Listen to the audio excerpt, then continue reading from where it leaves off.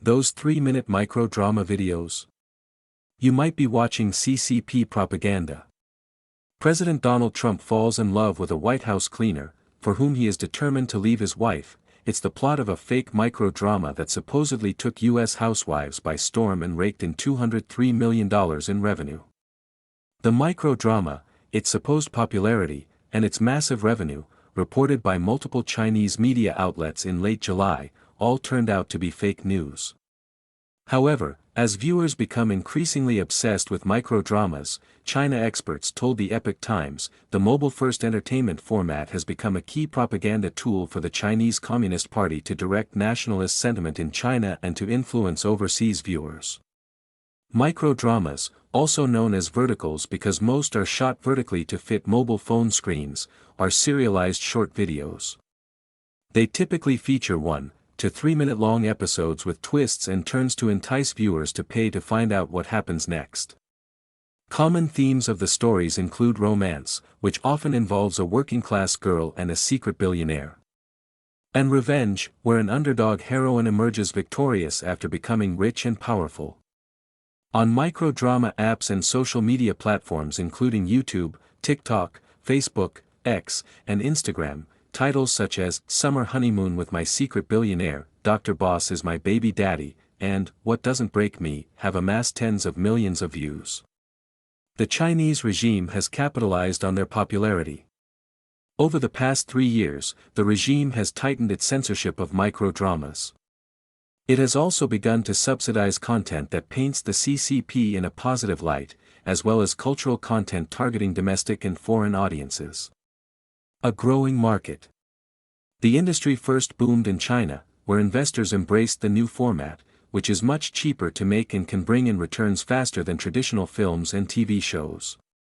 According to iMedia Research, in 2023, the size of the Chinese online micro-drama market was $5.25 billion, more than double the size in 2022. It is projected to reach more than $14 billion in 2027. Outside of China, the size of the industry skyrocketed from less than $100 million in 2023 to $1.5 billion in 2024, and is projected to reach $3.8 billion in 2025, according to a report published in July by Soochow Securities. Los Angeles-based Cineverse and U.S. entertainment executive Lloyd Braun, who recently launched MicroCo, the first U.S.-based microseries studio, said the size of the global micro-drama market, excluding China, is projected to reach $10 billion by 2027. Ever since the U.S. short video platform Quibi failed to take off in 2020, Chinese players have dominated the global market. By March, there were 237 Chinese micro-drama apps in overseas app stores, Chinese state-owned media Guangming Daily said in August. Data from Sensor Tower show that, as of September 11, 9 out of 10 micro-drama apps that appear in Google Play's US Top 50 chart in the entertainment category are developed by Chinese companies, although some are operated by subsidiaries set up in the United States or Singapore. The number 1 micro-drama app, ReelShort, recorded 13 million worldwide downloads and $11 million in revenue in the past month, Sensor Tower data show. The same app recorded 4 million downloads and $28 million in revenue in Apple's App Store in the same period. Some micro-drama makers have begun moving production back to China and flying foreign actors to the country to reduce production costs from more than $200,000 per series to as low as $28,000, according to Caixin, a major Chinese financial news outlet. Censorship. In China, online media are regulated by a plethora of state agencies, most notably, the National Radio and Television Administration, China's state organ for media regulation and censorship, and the Cyberspace Administration of China. Both are headed by deputy leaders of the CCP's Publicity Department, also known as the Central Propaganda Department. The Ministry of Culture and Tourism spearheads campaigns to promote tourism as well as Chinese intangible cultural heritage using micro-dramas. It is also run by a deputy of the Publicity Department. In November 2022, NRTA published a notice requiring censoring bodies to deeply understand the dual attributes of online micro and short dramas as both ideological and cultural products. The agencies are required to adhere to the correct political direction, public opinion orientation, value orientation, and aesthetic taste, and to adhere to the principle of party control over the media. Following the announcement, NRTA launched a targeted campaign to censor microdramas. By November 2023, tens of thousands of series, or more than 170 million episodes, were purged for allegedly containing pornographic, vulgar, bloody, violent, lowbrow, aesthetically unpleasant, or harmful content, according to state media CCTV. From June 2024, the regime formally included microdramas in its censorship system. In February, NRTA reiterated the requirement to implement the system, warning that unlicensed or unregistered microdramas are not allowed to be published or promoted.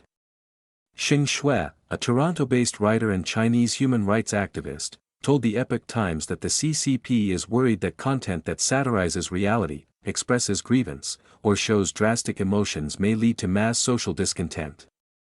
Tong Jingyuan, a US-based physician and current affairs commentator, said the regime is anxious about any popular forms of media.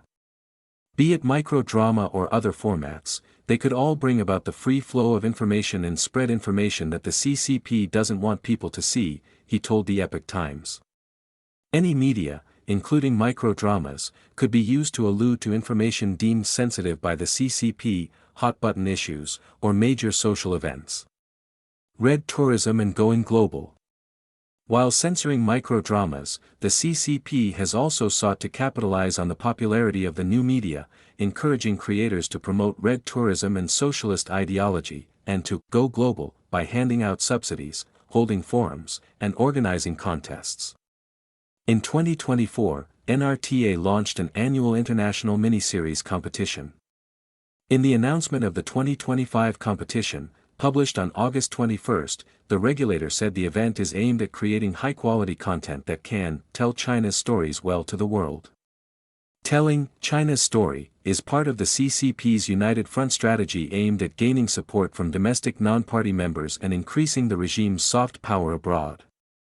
The phrase was popularized following a speech given by Chinese leader Xi Jinping, who told party members to do well in telling China's story and spreading China's voice.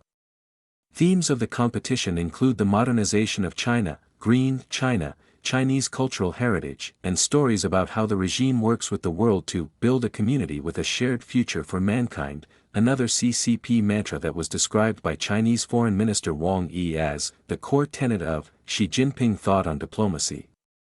The phrase, community with a shared future, was used in 2007 by former Chinese leader Hu Jintao to describe China and Taiwan. He expanded the term to include all mankind the following year, while his successor, Xi, integrated it into a core part of the CCP's diplomatic narrative. In Xi's multiple speeches delivered at the United Nations, whose titles are variations of Building a Community with a Shared Future for Mankind, the communist leader has spoken against U.S. hegemony, promoted multipolarity, and decried imperialism, colonialism, and hegemonism. For domestic microdrama viewers, Chinese local authorities launched dozens of campaigns in the past year, using the new media format to promote stories of so-called red landmarks, such as sites with CCP-linked historical events and residences of party elders.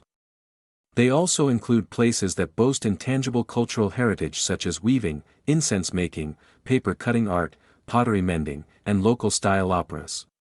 Kung Shan-sun, an associate research fellow at Taiwan's state-funded Institute for National Defense and Security Research, said that the CCP's purpose of promoting intangible cultural heritage goes beyond boosting China's cultural influence abroad.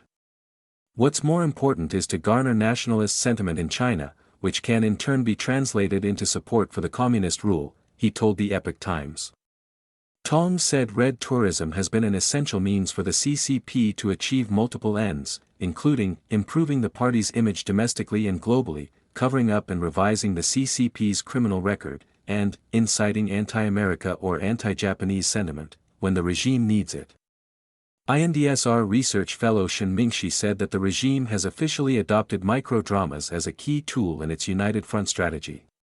Propaganda will be packaged and camouflaged, but as the CCP makes more of such content, it will inevitably take the space of normal microdramas, and spread political narrative or disinformation worldwide, he said. Referring to the fake viral drama about the US president, Xing said the incident shows the potential for microdramas to become a tool to influence public opinion globally. The CCP could use the format to create false issues or incorporate political innuendos to influence overseas people's perception of their own country's political or social issues, she said. With the advancement of generative AI, the risk will increase.